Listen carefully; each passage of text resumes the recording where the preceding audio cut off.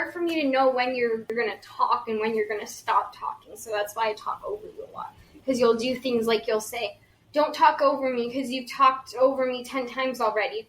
And then I think you're done, so I'll start talking, and then you'll go, so then you have to say something else. And so then you're just always accusing me of talking over you. But if you never stop talking, then I can't help it. Well, I think, first of all, you need to use your twin tuition. But also, I think the problem is that you never stop talking, so you just don't even know. I'm just kidding. That's true. You know how we did an episode where we talked about street smarts? Mm-hmm. I think we should give other people advice for being street smart. Okay, we can do that. Because on my way here, I almost got killed like 4 times. By bikers and skateboarders? By electric scooter people mostly. I had a really interesting walk over here. Because I also learned while I was walking here that the older you get pregnant, the more likely you are to have twin girls. Really? I did not know that. I did not know that either, but I mean, I didn't fact check it, but it was a childhood expert that said it, so I'm just assuming that it's correct. Speaking of, maybe we should do our podcast about babies. You say that every episode. People are going to stop listening to this. We haven't done it about babies yet. They're probably all dying for the baby episode, and it's just never happened. Okay, what do you want to talk about babies? How cute they are, how much I love them, how much I need one, my advice for having a baby. Oh, your advice for having a baby? Like raising a baby, like when you have a baby, not how to have one. I thought it was advice for childbirth. Well, I can give some advice for childbirth too. I could take some because I used to be really obsessed with all those ER medical shows, and there was a episode where they were afraid of giving birth, and then they never gave birth, and then they had like this decades-old stone baby in them. Oh my gosh!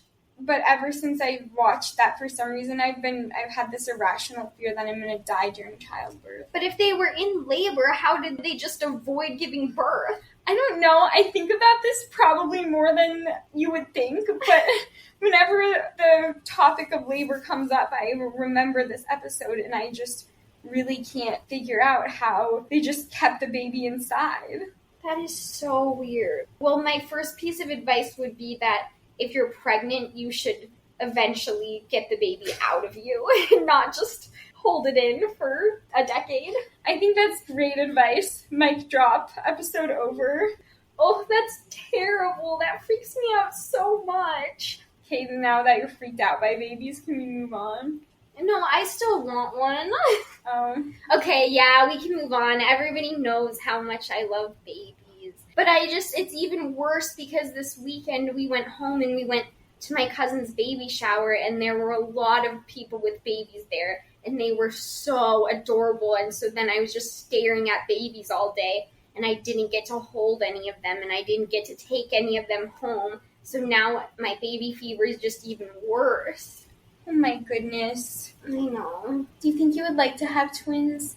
Yes, I do, because I think I would be good at taking care of twins because I am a twin, so I know all the insider info, but also no, because I want to have more kids, but I don't want to have a ton of kids, so if I have 2 at once, then that limits how many I can have in the future, you know? Yeah, because you want to always have babies. But I would love to have twins. Don't trail off. I'm sorry. But I would love to have twins! That's better, thanks. You're welcome.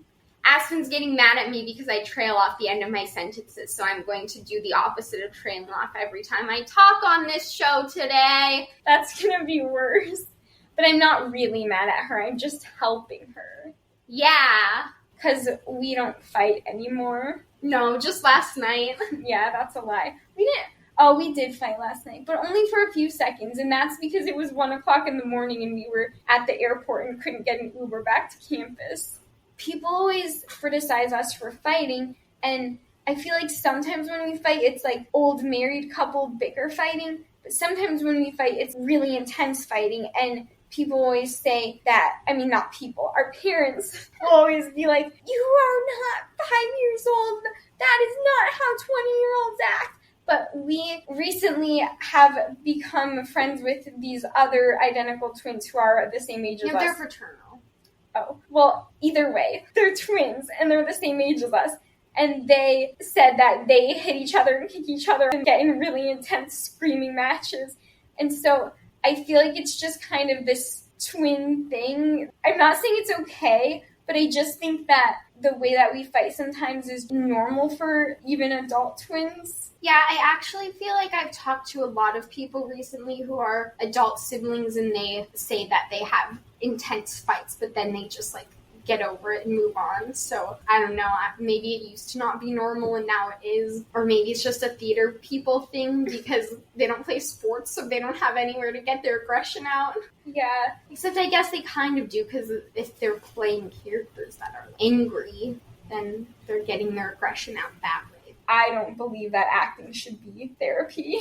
Well, I know, I'm not saying that, but when you're playing sports, you're not thinking about all of your aggression. It's just like giving you an outlet to run around and kick things and throw things and stuff. So I'm just saying that it maybe helps you to, like, get your energy out. Yeah, I don't know. But if you thessle, if you're a theater person and you thessle, then you can get your aggression out. Yeah. Thestling is thespian wrestling. And I am a master pro champion at it. Yeah, she's so good at it. No, not really, because that's sarcastic. It's very based on your size. And strength, and you have neither. I have strength for my size. My shoe fell off, everyone. Oh, no. Don't worry, I got it back. The way that we fight often now, because we used to fight badly a lot, but now, I mean, we really fight a lot about, like, no, you can do this. No, it's okay. You have your way. No, you can have your way. But we also bicker like old married people. Yeah, we do that a lot. And that's when people are like, stop fighting! And we say, we're not fighting, we're debating. Because we're not really fighting, we just disagree about something. But it's not where we're angry disagreeing, we're just passionately taking our sides on things. And I feel like when we have those types of conversations with other people, they think that we're being defensive, and so we can't really passionately disagree with people except for each other, you know? Mm-hmm. But we're also like an old married couple because we can't get away from each other, and our idea of fun is like doing stuff at 4:00 in the afternoon and working all the time. I'm not sure that's really an old married couple thing. Maybe just like a normal married couple. Yeah. Or our parents. I just feel like sometimes twins are kind of like married people, you know? Yeah, I agree. It's good because it helps set you up for the future. Mm-hmm. I was listening to people talking about when you're married and how you split up your finances and if you should share a bank account and stuff, and I was like, I wonder if we should share a bank account. Because I think that would stress us out a lot. I think it would, but we own the same business, because I was like, oh, that's so complicated. But then I was thinking it's not as complicated for our parents because they own a business together. They are collectively making the income. And then I was like, well, I guess a lot of our income is from the same source. I mean, I would say like half, but then also a lot of our income goes to the same things because one of us will just go to the grocery store and get groceries for both people, or one of us will spend the money on stuff we need for the podcast or gifts, because we often do gifts that are from both of us or something like that. So I feel like a lot of our income comes and goes to the same places.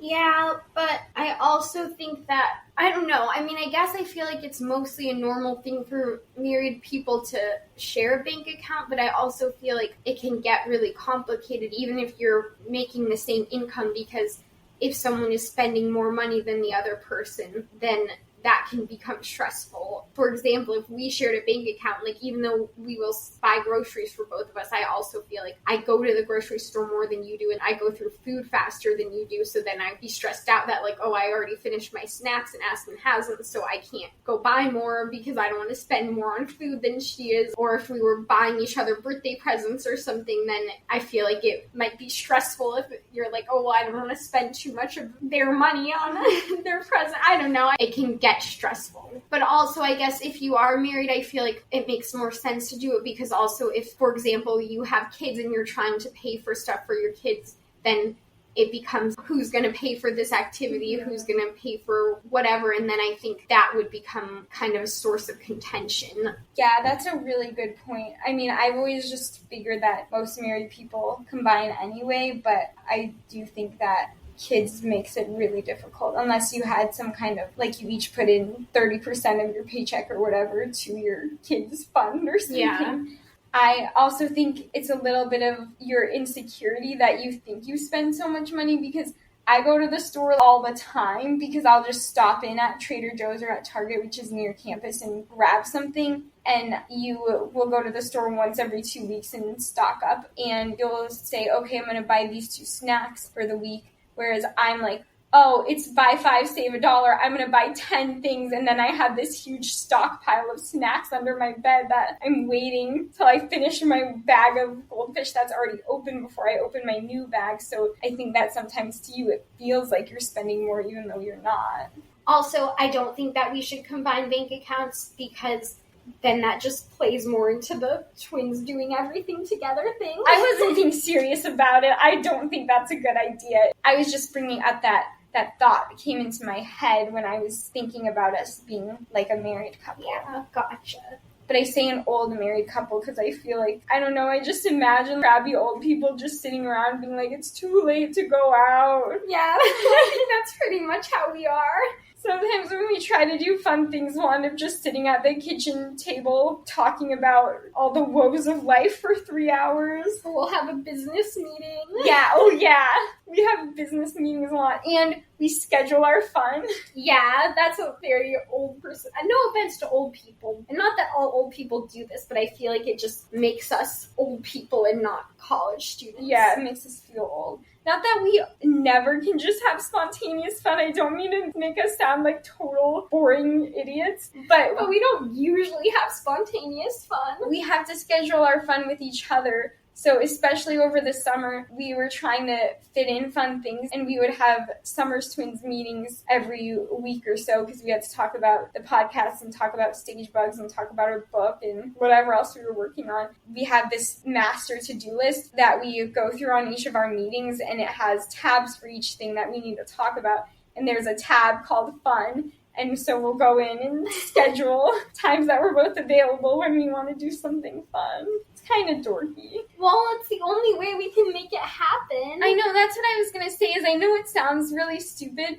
but I also think it's really important because people deserve to have fun in life. You hear people talking about that a lot of countries people work to live, and in America people live to work. Not everybody, and I really admire people who don't. That being said, I also understand being really fulfilled by your work, and so I'm not saying that it's necessarily a bad thing to want to work and to enjoy work and for that to be a big part of your life.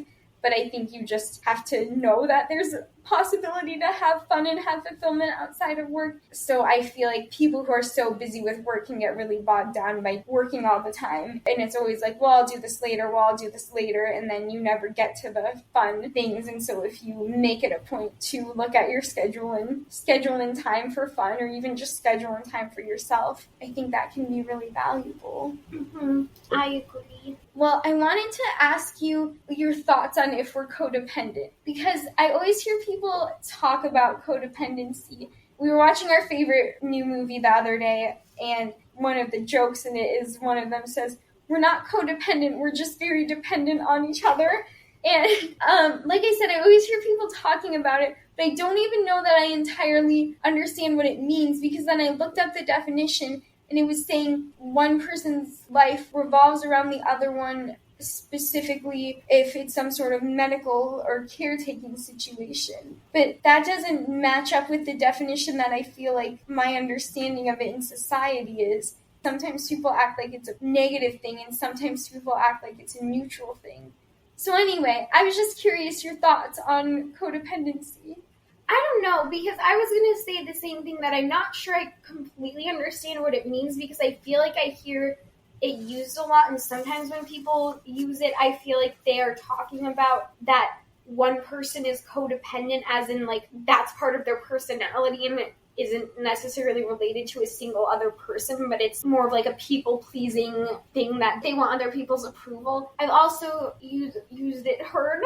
I've also heard it used in relation to a specific relationship where it's like two people are codependent on each other, and my understanding of that is both people have an investment in their relationship that is perhaps beyond a normal amount, where like they can't necessarily function without that relationship or without the other person. Well, okay, let me look it up. I don't want to be saying false information, you know. The way that you describe that, I kind of feel like you are codependent in terms of personality because you're so people-pleasing, but I don't necessarily feel like I don't know if we can function without each other, because I feel like we can. But I was also thinking about the other day that my mood on a daily basis is pretty much 95% dependent on your mood. Even when I don't see you, the way that you interact with me via text or via email, I can be in a totally happy mood, and then you send an angry, annoyed text. Not even if you're angry or annoyed at me, just like angry or annoyed at something. And all of a sudden I am just stressed or annoyed or angry or upset or unhappy. I think it's more so I'm affected when it's you're feeling that way towards me, but also sometimes I'll be in a really angry mood and then you're all perky and happy and then I just snap out of it. And so I think that my emotions are very dependent on yours, and I can't think of anybody else who affects my mood so much, including myself. My parents or my close friends, if they're in a bad mood, I feel like when it's my close friends, I feel bad for them, and when it's my parents, it depends how it manifests. Sometimes I feel bad, and sometimes I ignore it or I'm annoyed, but then you and I, like, talk about it. What? We don't do that ever! No. Cut that out. Yeah. It's so weird to me that the other day, for example, I was so stressed out all morning, and then for some reason, you were in a really good mood, and I don't remember why we were talking, but we were, and then I had to fill out this mental health survey from my apartment, because if you filled it out, you got entered into a $500 raffle, so I guess I didn't have to, but I was like, well, I might as well. Then you had to, like, rank all of these things about how you're feeling, and I was like, well, I know I was feeling really overwhelmed and really stressed and really anxious 30 minutes ago, but now I just don't, and I didn't really know why, but then I was like, well, I feel like this is entirely because I just talked to Ashley and she was in a good mood, and now I'm not in a bad mood anymore, even though my bad mood had nothing to do with anything related to you. I don't remember that happening, but... Well, I didn't say that to you. Well, I know, but I just remember talking to you in the morning anytime recently.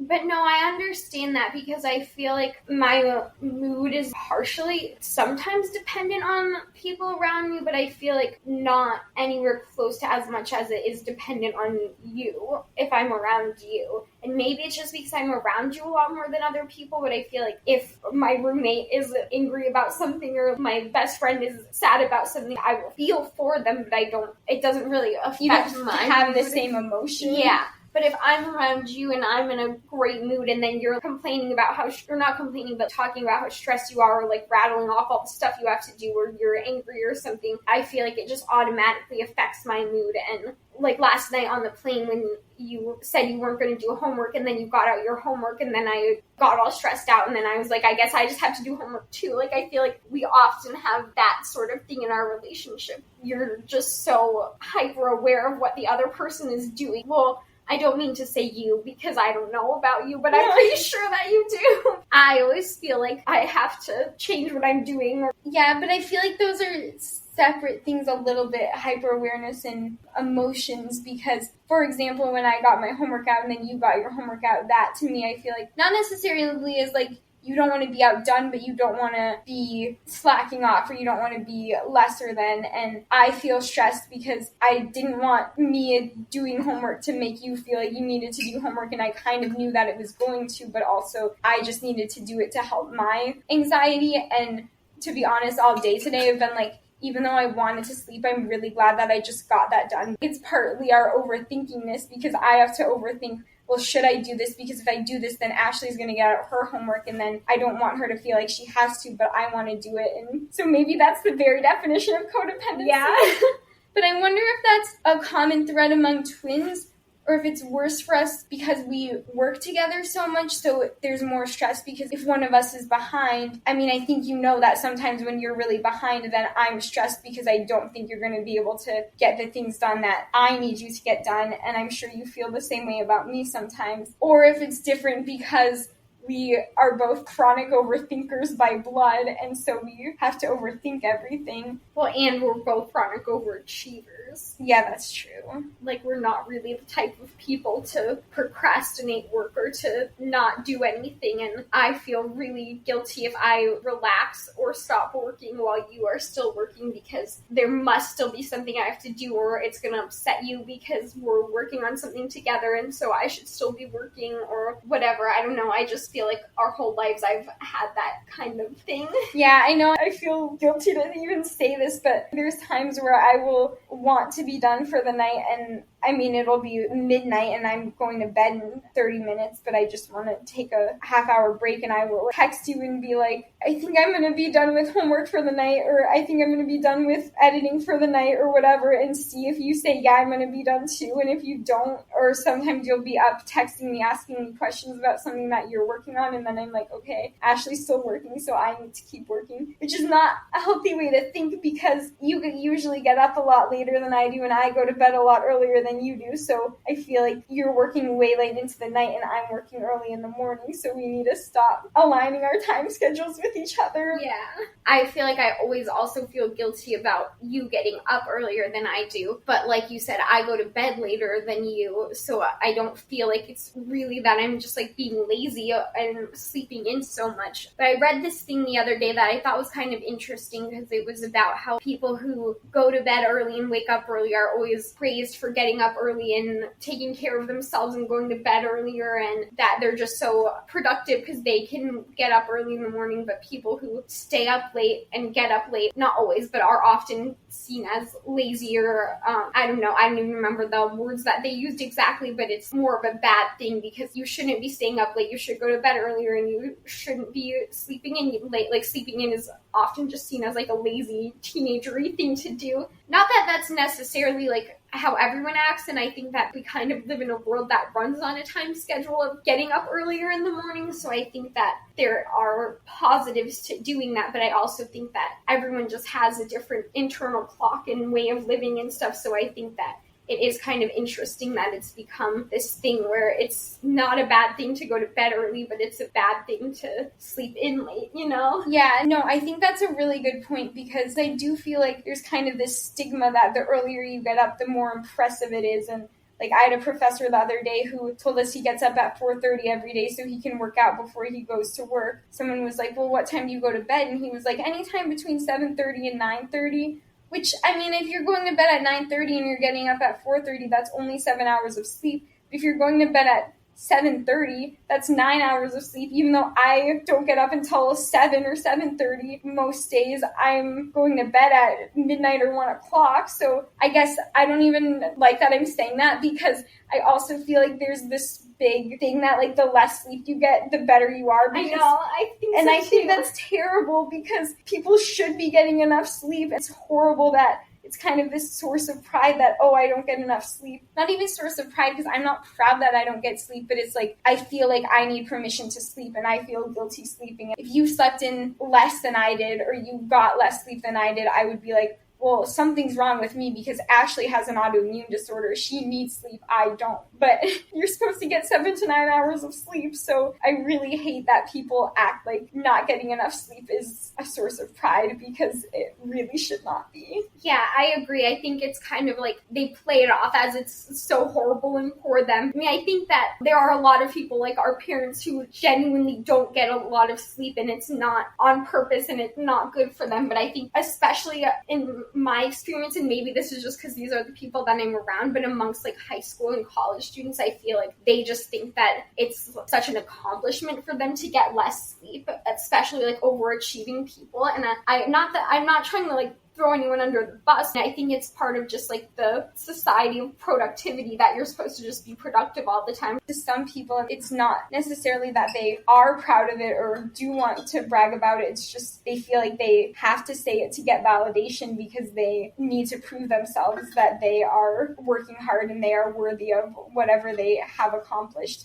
I feel like there's kind of this pressure to have suffered in order to be successful. Yeah. There's a lot of things I could say about that suffering to be successful, but we should talk about that later since you have to go. I think that I used to have that idea of I shouldn't sleep a lot, and I mean, I still do.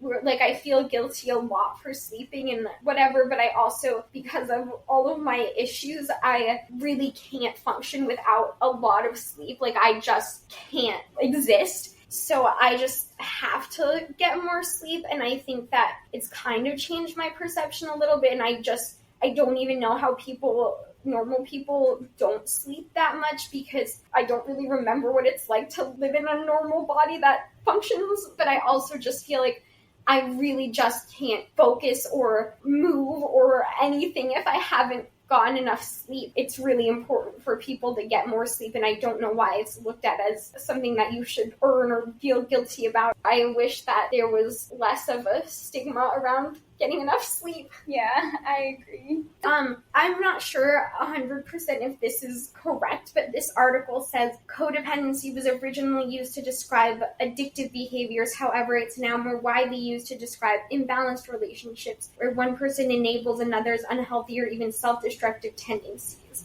A codependent relationship is one in which one or both people are experiencing poor mental health, struggling with immaturity, irresponsibility, or underachievement, and where the relationship dynamic is making things worse. One or both parties can start to neglect other areas of their life to please the other person. Their extreme dedication to this person may cause damage to other important relationships, such as friendships, educational career opportunities, or even everyday responsibilities. So I don't really think we're codependent, except for a little bit of the last part. Yeah, that's what I was going to say. A little bit of the last part is like sometimes we take each other into consideration too much when making decisions, but I feel like the nature of our relationship enhances 95% of every aspect of our lives, and we're positively feeding off of each other and working off of each other. I think that we need each other to get through a lot of things, but I think it's a mutual dependency and trust and ability to support each other in a positive way, not a parasitic relationship. It's like a symbiotic relationship. Yeah. I think that there are a few things in our relationship that are probably not the best, but I think that for the most part, we have like a dependency relationship, but not in a bad way. Also, so much of the things that we do are together. And so even though we might be like prioritizing each other over other things, each other is also our business partner and all of those other things. So it's not just the relationship, it's also all of these other parts of our lives. Yeah. Well, that was fun. We will talk to you guys next week. I have to go because I'm late. I'm sorry, I made you late. Big surprise. It's okay. That's another fun thing about being twins is you can always blame stuff on each other. Yeah. Just kidding. Bye, everybody. Bye. Talk to you next week.